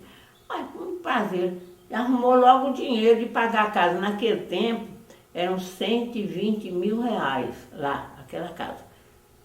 Com a condição que os parentes aceitaram, os parentes herdeiros, que embaixo onde era aquela casa, com aqueles quadros que ela tinha, com tudo ali, aquele acervo todo não seria entregue. Seria um museu Amália Hermana. E nós conseguiríamos verba para erguer um segundo ou terceiro andar para se fazer as dependências da academia. E o chão lá atrás era bem grande. Inclusive tinha uma mina de água muito bonitinha, e era um lugar bonito. Aí a Narcisa, minha ilustre colega aí, e corregionalista e corregião mesmo, lá do norte de Goiás, ali do Nordeste, de Arraias, eu sou do Norte, aparece um dia lá com conversa assim, essa casa não pode ser vendida. Por quê? Porque ela é tombada, ou vai ser tombada. Eu falei, que eu saiba, não tem nenhum empecilho. Eu sou advogada da minha mãe, maquetéfica, eu não estou mais nem advogando, mas eu não vejo razão para uma coisa tombada, não assentar um título maior de sede da academia. Mas aquilo, olha, aquele negócio, é porque quem era presidente era o Iris, quem era governador. Veja bem que essa glória que coube ao Marconi caberia ao Iris. Eu entendi logo a jogada política, porque a minha ilustre colega é amiga, mas amiga mesmo, ela sempre foi de oposição ao PSD. E isso eu sei porque eu acompanhei a política do norte de Goiás todinho, do Nordeste, e sei muito bem sobre João de Abreu, que era o tio dela e que fez deles políticos conhecidos. E ele me estimava tanto que o acervo que eles têm hoje sobre a vida de João de Abreu foi iniciado por mim, por ele me entregue, já quando estava mal, disse Ana Braga, numa cartinha. Eu vou lhe entregar essas coisas, porque senão barata vai comer, ele era meio fonhento. Eu falei, tá bom, eu vou guardar. E dei para ela, para expor tudo. Hoje essas coisas estão esquecidas, e foi muito bem que esquece, né? Porque eu também estou esquecendo. Então, não pudemos comprar a casa, porque cresceu dentro da academia, que agora, graças a Deus, que não tem esse negócio de partidarismo aqui, mas antigamente, naqueles tempos, tinha. Os deles era aquela puxação de dificuldade, sabe? Eu nunca, porque eu acho que uma instituição, sobretudo de ordem intelectual, com ideais nobres, essa coisa de política deve entrar, porque política é a ação pela qual o homem faz muitas coisas boas e fará as ruins se ele não tiver a formação política necessária. Mas é um lugar de ideais, não é de briga, né, de coisinha, né? Mas, infelizmente, isso acontece, né? No Brasil, então, tem infelicidade. Aí eu falei pro meu palácio, o Iris tinha feito uma sessão em homenagem a nós, no Salão Verde que tinha lá, tinha feito um coquetel e nós tínhamos feito uma demonstração de gratidão pela casa que ele ia nos dar. Você veja bem. E eu, mais que depressa, toda feliz com a casa, escrevi um artigo sobre o trabalho dele em relação à intelectualidade, cujo artigo eu tenho, nunca pus aqui para não dar boró. Bom, aí o artigo foi publicado. E o Iris tirou e mandou botar no quadro na entrada do palácio. Mas quando a coisa criou aquele ambiente político desagradável, em que a verdade não é perdoante e nem é tão estimada e nem é tão verdade, porque a verdade ninguém descreve mesmo, né? Então, eu fui lá e falei, oi, sabe uma coisa? Você recolhe esse dinheiro, sabe? Põe esse dinheiro no cofre do Estado de novo, eu vou fazer um ofício desistindo do pedido, vou arcar com a responsabilidade disso perante ao público e futuramente, e vou lutar para conseguir outra, para não ficar nem eu e nem você metido nessa história, porque eu não quero que a ideia de política entre nessa história de uma fundação de academia ou da sede de uma academia. Aí é a polis, então somos todos nós. A academia não é só das mulheres, a academia é das mulheres como um título, mas ela vai pertencer ao Estado e a todos os que gostarem da intelectualidade. Eu dou a minha parte encerrada, muito obrigada. Ele recolheu o dinheiro a meu pedido. E eu fiz um ofício, que eu também não brinco não, deve estar aí, ó, nesse arquivo, dizendo e contando essa história, para que o futuro não negue a ele também esse gesto que eu achei que foi de muita compreensão a nosso favor. Hoje nós estamos vendo aí a Academia Goiana de Letras, onde tem gente de tudo quanto é partido, foram lá e eu fiz parte da comissão e ele já deu 300, comprou o terreno e vai construir 2 andares para a academia no mesmo lugar e mais outros para a prefeitura explorar, como se fez lá na Academia Brasileira de Letras, que hoje está uma potência. São 17 andares, parece, a academia tem 11 e o resto quem construiu está podre de rico e a academia também está nadando em dinheiro. Mas a inteligência política e os militares políticos é assim. Uns puxam para alongar o idealismo e que ele atinja os mais amplos e distantes lugares, e outros encolhem. Isso depende muito da capacidade de entendimento de cada um. E, lamentavelmente, política não se faz só com o ouvido, é preciso estudar. E são poucos os políticos que estudam, né? Os mais de fuxico, de coelhinho, escutei, fulano falou, e isso não pega mais. Talvez aí a minha história. Bom, aí veio presidente. Porque era difícil, né, ter quem presidisse naquele tempo. Primeiro... Minutinho. Preciso trocar a fita. Aí, na mesma hora, mandou que a GPL lá reconduzisse todo o processo e refizesse, dando 50 anos. E daí eu quentei, porque era 50 anos, nós estamos aqui, né? Aí é problema. Mas não, é que tem uma lei que eu até não... O negócio é mexer lá, mas todos nós temos algum prestígiozinho lá, não é tão difícil. O mais difícil era conseguir. Agora, eu aqui, agora, vamos, como presidente, foi nessa dificuldade sempre de uma sede. Aí foi que veio a segunda etapa da aquisição de uma sede. Fui com a Beth lá no Marconi e ele mandou que nós encontrássemos uma casa adequada. Foram várias, perto do Hospital Santa Helena, perto da Alameda Botafogo, e andamos. Estava muito boa, de repente não servia. Inclusive esse problema da Casa da Malha. Voltou à tona, mas não conseguimos fazer nada. Aí a Beth descobriu essa região aqui, que tinha essa casa e tal. Falei, não vamos perder tempo. Tratei logo de fazer um requerimento bem fundamentado, o governador despachou, eu acompanhei pessoalmente na AGPEL, até que esse processo foi bem informado. E diga-se que nós encontramos toda a boa vontade, não só por parte do governador, como de todos os elementos componentes da AGPEL. Ali foi um amparo, naquele tempo era Saul, que foi excelente. Ele é mesmo um homem de evolução, porque não aceitou nada que pudesse dificultar o nosso andamento, a busca dessa casa. E foi ele quem assinou a transmissão, o contrato e tudo. E esse contrato está aqui arquivado para a posteridade, não com 20 anos, como falaram, mas 20 anos não, são 50 anos de direito adquirido que nós temos por esse contrato. Daqui até lá, ao certo, nós vamos adquirir isso definitivamente, porque o uso da coisa nos dá esse direito, né? Quanto mais que há uma condição dentro do código que nos favorecerá isso. E a academia, então, rejubilou-se com esse ganho, foi feita a reforma com verbas do Estado, mas parte também, é preciso se diga, gasta o trabalho de todas as acadêmicas da gestão anterior, e quando cai, então, na mão da nossa atual presidente, que tem no sangue a literatura, que tem muita capacidade, muita instrução, e que é uma crítica literária, portanto, capaz de entender a necessidade do espírito na evolução literária, das coisas que fazem a mulher se evoluir e tornar conhecida. Então, ela tem feito aqui esse rebuliço, digamos assim, dentro da história administrativa da academia. Hoje nós temos biblioteca organizada, como é que é aquele negócio lá? Que tem tudo nos discos. Centro de memória. Centro de memória.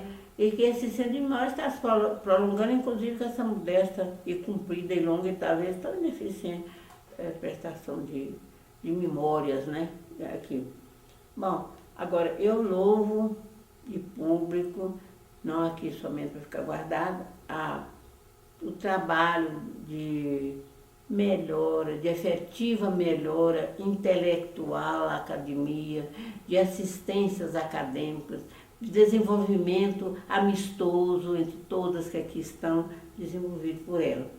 Porque por 2 vezes agora ela já vai exercer esse mandato, e eu acredito que por muitos anos ela será reeleita exatamente porque não é fácil ser presidente dessa casa, não. Não, eu fui num tempo que não tinha nada, mas agora é porque tem muito já, e aí fica mais difícil ainda, sabe? Porque não vê que a Escola Getúlio Vargas fala isso, que quando se soluciona um problema, muitos outros são criados graças àquela solução, porque toda solução de um problema gera outras coisas que o homem deseja para a sua melhoria. E nisso, então, são outros problemas que se criam.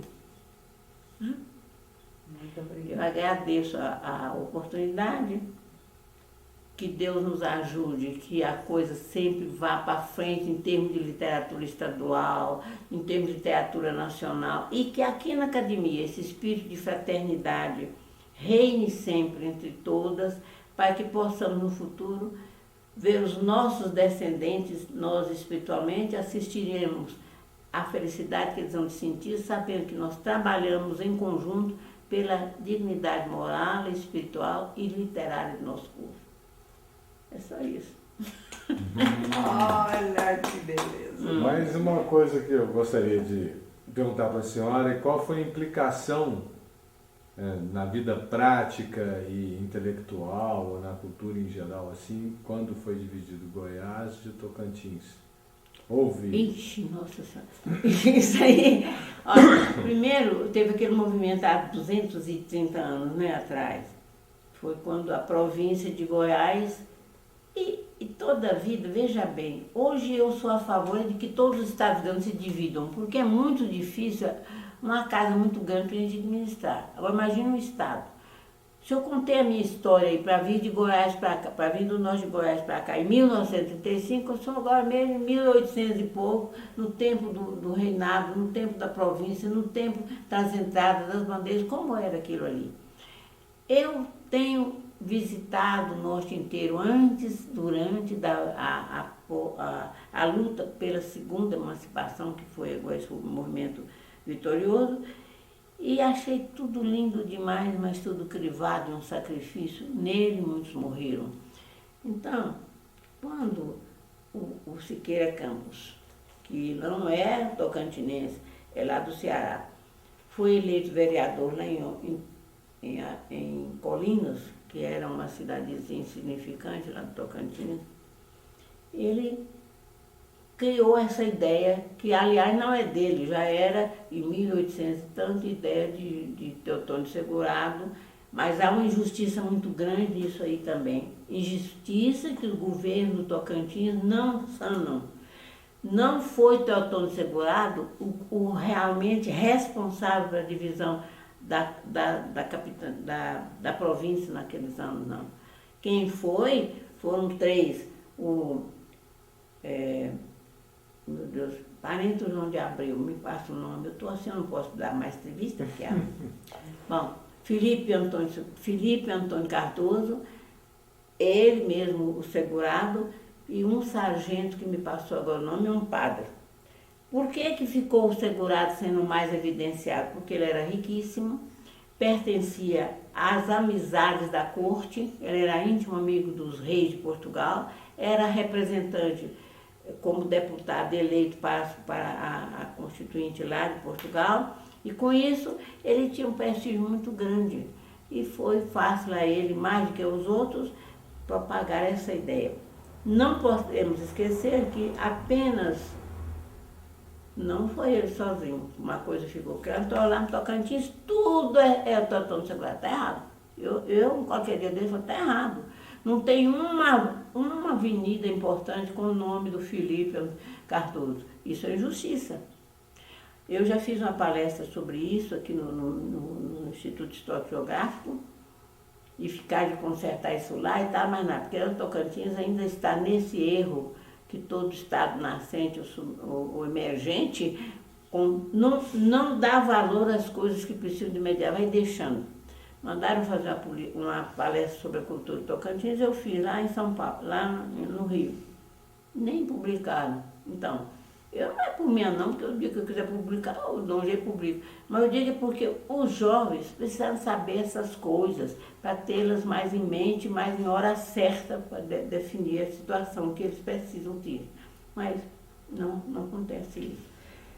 Agora, quando veio o segundo movimento, naturalmente, que lá como aqui, houve tocantinenses contrários. E gente que não podia ser, por exemplo, a Malemano, não sei se você sabe disso. A Malemano, Nascimento da Mata Teixeira, que era o marido dela, nascido em Natividade, foi presidente do tribunal aqui, foi tudo, mas ele estudou graças ao esforço do pai dele, que era um grande homem, nascido em Natividade, que o manteve em Goiás até que ele se tornou advogado. E como era muito inteligente, ele chegou até a coluna da justiça, que foi presidente do Tribunal de Justiça. A Amália, que veio do norte de Goiás, tangida pela revolução interna lá do município de São José do Duro, hoje de Anópolis, porque toda a família dela participou daquele movimento, aliás, foram vítimas daquele movimento, que até hoje tem consequências muito tristes, sabe?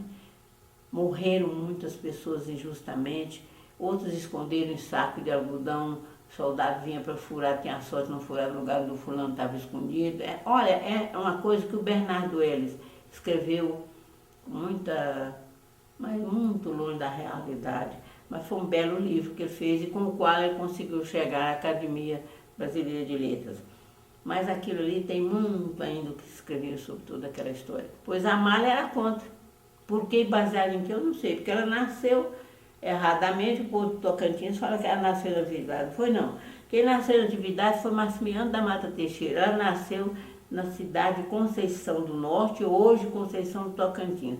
Ela, o Chico de Brito, essa turma toda, que era tio dela, né, o Chico de Brito, esses Britos todos. Eu sei a história deles, porque meu pai também é aparentado deles e nasceu em Natividade. Então, essa luta pela nova, digamos, pelo novo movimento da divisão Tocantins, fundamentou-se primeiro no isolamento, muito justo, porque Goiás não tinha nem dinheiro, nem condição administrativa para dirigir um país, um estado-país, digamos, do tamanho que era, né?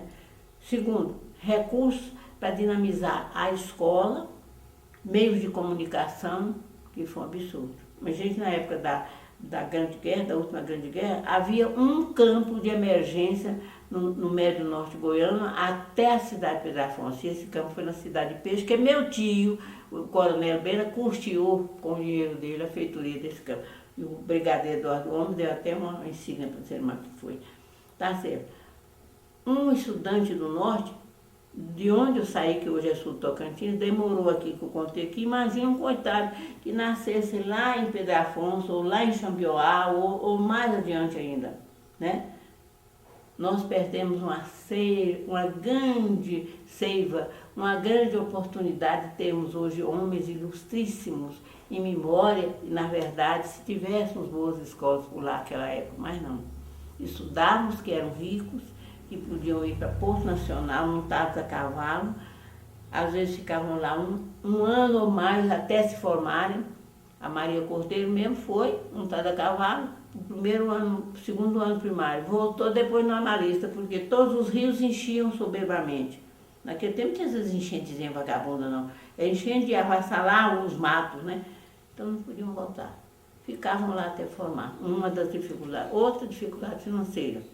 O gado era o curraleiro, que nada rendia, vendia vender pé de caças e essas coisas mais, no comércio de Barreiras ou no comércio de Belém. Qual era a via de comunicação? Apenas o rio Tocantins, o Araguá era pouco navegado. O Tocantins, embora mais encachoeirado, tinha mais navegação. E eram os batelões, as balsas feitas de buriti e depois os pequenos motores que pegavam 400, 500 toneladas só.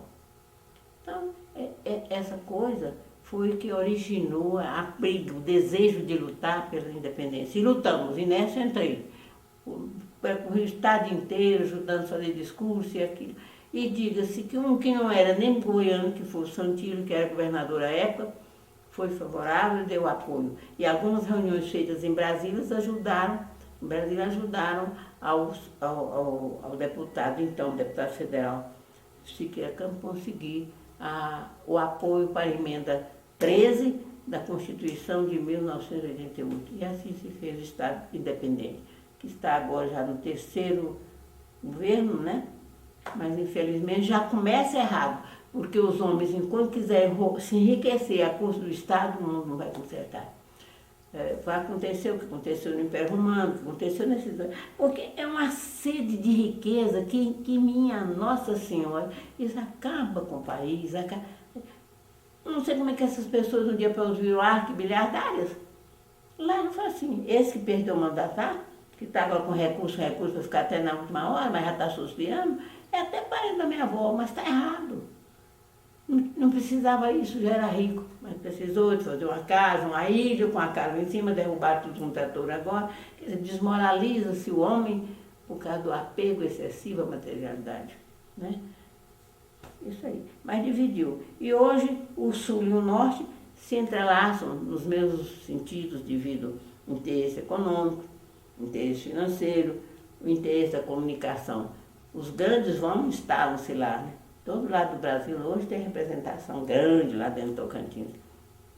Eu ressalto aqui um de muito valor é do Jaime Câmara, porque o Tocantins não era quase nada, já ele tinha lá a televisão em Gurupi, quando era sua cidade, tinha televisão em Porangatu, a pedido meu, tinha lá em Araguaína, e depois criou o primeiro jornal democrático, né, que foi o que ainda está lá, que é o Jornal do Tocantins. Porque antes o Tocantins teve mais jornais do que o sul de Goiás.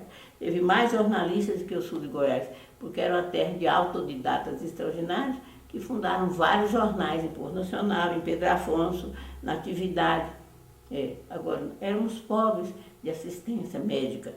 3 médicos apenas foram os do Norte de Goiás, que eu conheço a história desde a primeira divisão. O doutor Francisco Aires, doutor Salvador, que foi o primeiro formado na primeira Faculdade de Medicina do Brasil, e doutor Salvador, doutor Francisco e doutor Quintiliano da Silva Nunes. Esse último eu conheci, o Francisco também, agora o Salvador eu não conheci. Mas vi a beca com a qual ele se formou na primeira exposição artesanal de lá de Natividade que eu fiz como secretária da Cultura. Eu nunca vi tanta joia antiga, tanta coisa de valor. Botei um soldado na porta para vigiar, porque era coisa demais. E lá estava também a beca do doutor Salvador. Tá bom? Tá ótimo.